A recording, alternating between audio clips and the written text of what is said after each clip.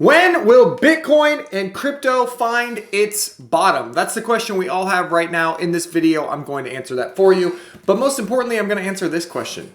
When is the Fed going to pivot? And by pivot, I mean, when are they going to turn the money printer back on? Because we all know that when the money printer goes burr, Bitcoin and crypto find the bottom and they go back up, right? And so in this video, I'm going to talk about stuff that is, fairly advanced. So stay tuned, pay attention, put on your big boy pants because it's been a crazy year, right? We've had an absolute dump session of Bitcoin. And we want to know, was this little candle right here at $17,500 the bottom for crypto? 17,500, is that it? Or are we going lower? Are we going down to the depths of hell like some people are calling for? Some people are calling for, I don't know, $10,000 Bitcoin. Are we headed down here to 10K?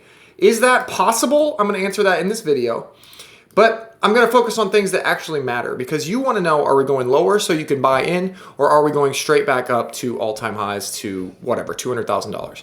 I've actually surveyed some people. I said, what are you guys doing right now? And the majority of you guys are actually waiting for lower prices. You are waiting for this 10K move down here to $10,000 supposedly in order to buy some crypto. If that's you, let me know in the comments. But a lot of you are starting to buy DCAing 34%.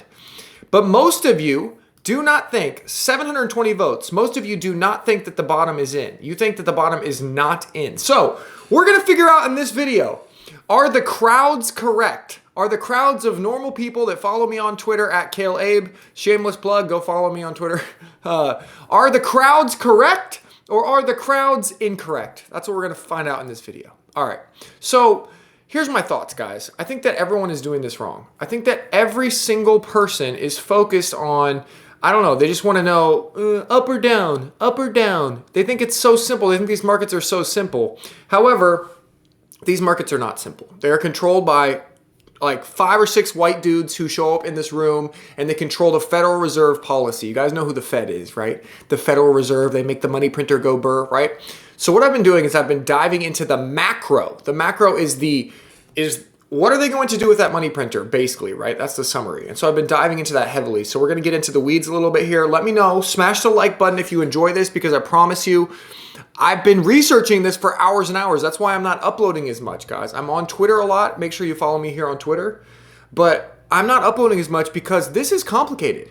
Anyone who's just like, oh, we're going up from here, or oh, we're going down from here with no explanation is not doing you a service, right? I don't think the squiggly lines on the chart mean anything. I think the only thing that matters is the Fed, and so I want to dive into that right now. If you're with me on that, smash the like button. Let's go. So I've been digging into Raoul Pal because some homework for you today. If you just read through Raoul's Twitter, you're going to learn a lot about what's actually happening in the world, okay? So go read through Raoul. It's been amazing lately. And so what he's talking about in this thread here is his probabilities of outcomes.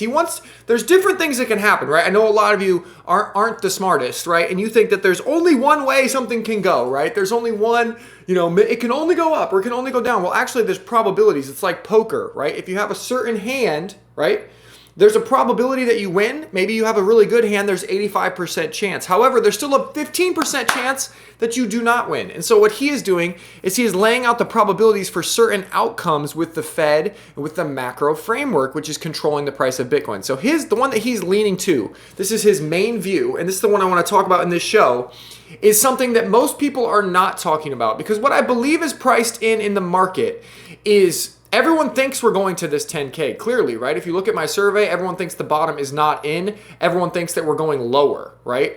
So they think we're going to $10,000. And the reason for that is because they think we're in a recession, all of this stuff. But this thesis is different. It means that we may go lower, maybe, or the bottom might be in, but we're going to go back up quickly. And here's why. Recession lowers demand. This is important. And the price rises, fall back to the 2% range as the 5-year break even suggests.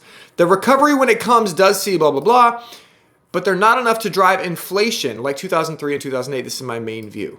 A short, sharp recession. Now, let me break this down for you. The reason that we crashed Bitcoin all the way down from 69,000 right here, and I've talked about this in a million different shows, just so you guys know, the reason that we crashed, where is my mouse? My mouse is broken. This is a bad time to break. Come on, baby, let's go. This right here was the top of the crypto market. The reason that we crashed is because of inflation. When inflation is high, the money printer cannot go burr, right? The money printer cannot go burr. We've talked about this. High inflation equals low money printing. Okay, that's why we went down. Now, what Raul is saying is he's saying that it's kind of ironic. Remember when the Federal Reserve was saying that prices were transitory?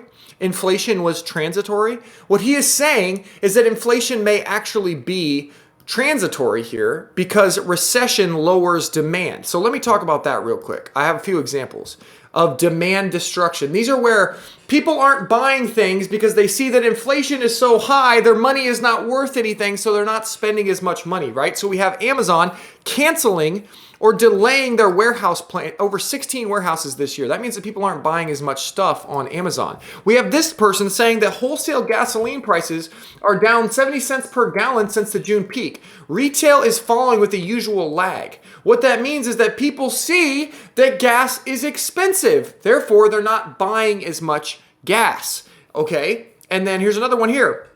The GDP now forecast by the Atlanta Fed is showing a negative GDP growth of 2.1%. What this means is that people are not spending as much money. They are not going out into the economy spending money, which helps to grow the economy, right? You need people to spend money for the economy to grow. So they are showing you that the demand is down. When it comes down to it, guys, inflation is the reason for this, right? Inflation is why we went down this whole way. But what is inflation? I'm just going to draw on this chart right here, okay? Inflation is simply supply and demand, okay? Inflation, sorry, I can't draw. Inflation is simply supply and demand. When demand goes down, inflation goes down. When supply goes up, inflation goes down. Are you guys with me? It's very easy to understand. If you can't understand this simple concept, I don't really know how to help you. It's like imagine that you have a lemonade stand, okay? Let's just break it down. Okay, let's say you have way too much lemonade. Your supply goes up, right? Your supply goes up. That means if you have too much supply, you're going to have to lower your prices so that inflation will come down to get rid of your supply, right? That makes sense. If you don't have enough demand for your lemonade, you're going to have to lower your prices, which means inflation comes down. Try to think about it in smaller terms, in simpler terms. That's what's really helped me, okay? Does that make sense? So the supply side of the equation is what everyone's freaking out about. They're all saying, oh, the Fed's going to not print the money. The Fed's not going to print the money. But what Raul is saying is goodbye to that. Goodbye to that. Hello to the growth collapse. Because he's saying that the demand is not there. The demand is not there. To everyone who says that the Fed won't cut rates, which means turn the money printer back on, right? Until inflation peaks, here are a bunch of different examples where they actually did cut rates before inflation peaked. And there's more stuff here. I'll get to that in a second. Appears that we're possibly entering the I mean, I would just read through all of this stuff, but I want to focus on what I'm currently. Gosh, he's so detailed. I mean, I guess this is kind of the summary here from Sarah Mucci. There's a ton of people talking about this. 10-year break even, blah, blah, blah. I think it reflects the delicate debt-driven demand that keeps the global economy above water. If demand, notice how demand is the key here. If demand falls off, deflation fears will return. I think this hike process ends sooner than expected. This explains everything. Unfortunately, this video will probably get 0 views because it's a hard concept to get across. It's easier for me to come on here and just say, to the moon, Bitcoin to 100,000, and people will like the video. But you need to focus in on this for just 1 second. Just listen to me, okay? This summarizes a view that can make you a lot of money. Because, like I said, I showed you this earlier, right? Everyone is expecting us to go lower. Everyone is expecting the bottom to not be in, right? But what if the bottom is in?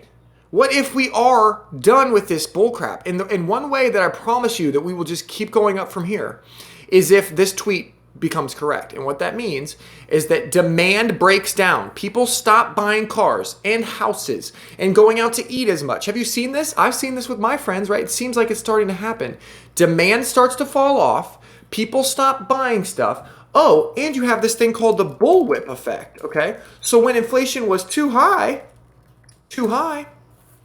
people started saying, guys, we need baby powder. Guys, we need yada, yada, yada. We need this and this and this. And so they started ordering more from their suppliers. But the bullwhip effect means that if you start to order Look into this, guys. Oh my gosh. Oh my gosh. I don't need this ad. Look into this on your own time. But it's saying that if you start to order too much stuff from a supplier, eventually the supplier will end up making so much crap that the supply will be way too high. It goes back to my example, okay? You will have way too much supply and not enough demand. We have a situation setting up here where everyone expects one thing. Everyone expects the bottom is not in. Everyone expects inflation to stay up. Everyone expects inflation to stay up, which means the opposite of this right here. It would be the opposite, right? That means that supply would be down and demand would be up. However, that's not what I'm seeing right now. What I am seeing very clearly is demand is coming down and supply is going up due to the bullwhip effect, okay? With those two factors, you're going to have an edge on this market because most people, again, think we're going down, but there's a lot of factors that are showing us that that's not the case. Pay attention to the bond market. If this continues, the bottom is likely in for U.S. equities. As you can see here, people are starting to think that the Fed cannot keep continuing to raise rates. They're showing on the 10-year curve here that we've bottomed out. What this red line means is that people, smart money, people that actually create these, bond curves, they think that the Fed is not going to be able to raise interest rates to this crazy level and keep them there. They're going to have to lower rates. They're going to have to cut rates. And that is what Raul is saying. He is saying that we can cut rates soon. The Fed can pivot. And there's this other factor, this ISM thing. I don't want to get in. Gosh, I feel like I'm getting into the weeds here. I feel like my audience is not that advanced. I'm sorry if you are. If you're out there watching this and you're advanced, please smash the like button because I want to make this video for you guys. But it's a tough market. You have to, in order to understand, like if you look at my trading view here, right? The way that I'm playing this market, the way that I'm coming to these conclusions is I have the US 10-year bond chart up. I'm watching where the US 10-year is going. If you don't know what that is, you're behind the curve. I'm watching where the dollar strength index is going. You've seen that the dollar is going extremely high here. If you don't know what that is, you're behind the curve, right? I'm watching the Japan 10-year index. I'm watching ISM, this chart here that I talked about before. If this gets above 50, historically, we're 100%. If this gets above 50, historically, the Fed 100% of the time turns the money printer back on, which is what Raul was saying right here. Go check this out. Every single time the ISM, which is like a food index, gets above 50, the Fed turns the money printer back on. So that's really interesting. So I'm watching that. And I'm watching the actual real yields. This doesn't look right on the screen right now, but I'm watching what the real yields are on the market. Again, I'm not trying to confuse anyone. I'm not trying to make a very, very long video here. But the reason that I'm filming this, guys, and what I'm telling you to do is that most people right now think that they can just wait around. They think that the bottom's not in. They think that they can wait for lower prices on Bitcoin. But in my opinion, we are close or near the bottom. And I reserve the right to change this opinion as the data comes in, by the way. But I think inflation is overblown. I think that people have Twitter. People are seeing the stuff that's happening. They're going to stop buying cars. They're going to stop buying houses. They're basically going to stop spending money. They're going to go back to their COVID ways, which we already have those kind of habits built up, right? On the other side of the equation, remember the supply and demand equation I had on one of these charts somewhere? Where is it?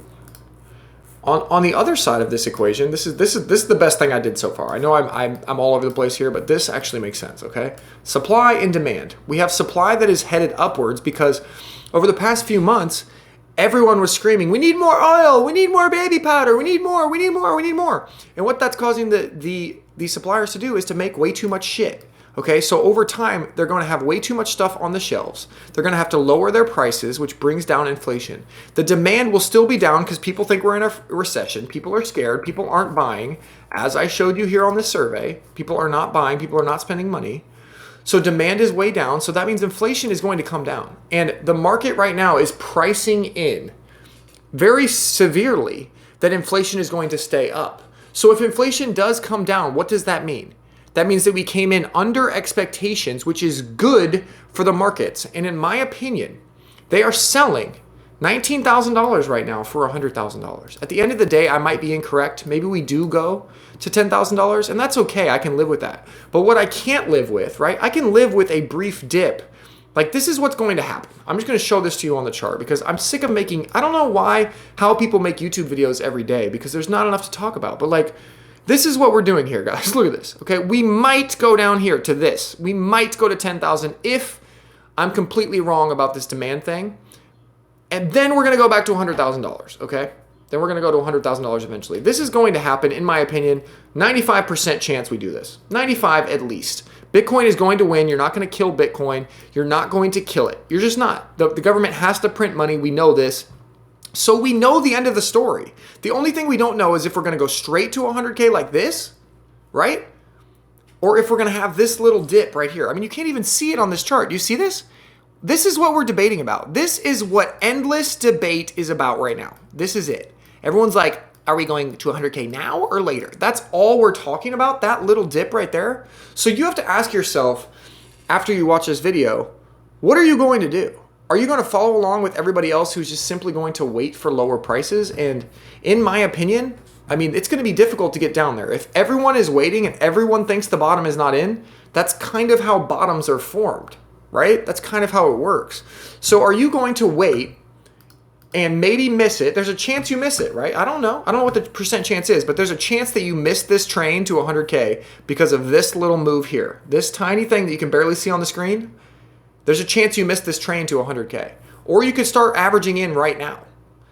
I personally am doing the first one. I don't care. I'm buying right here. If we go lower, I'll buy more down here. I'm just going to keep buying Bitcoin. I'm going to keep it safe. And maybe if I see an actual bottom, if I see something like crazy that's totally like fear-induced, maybe I'll buy some Solana. But that's basically it.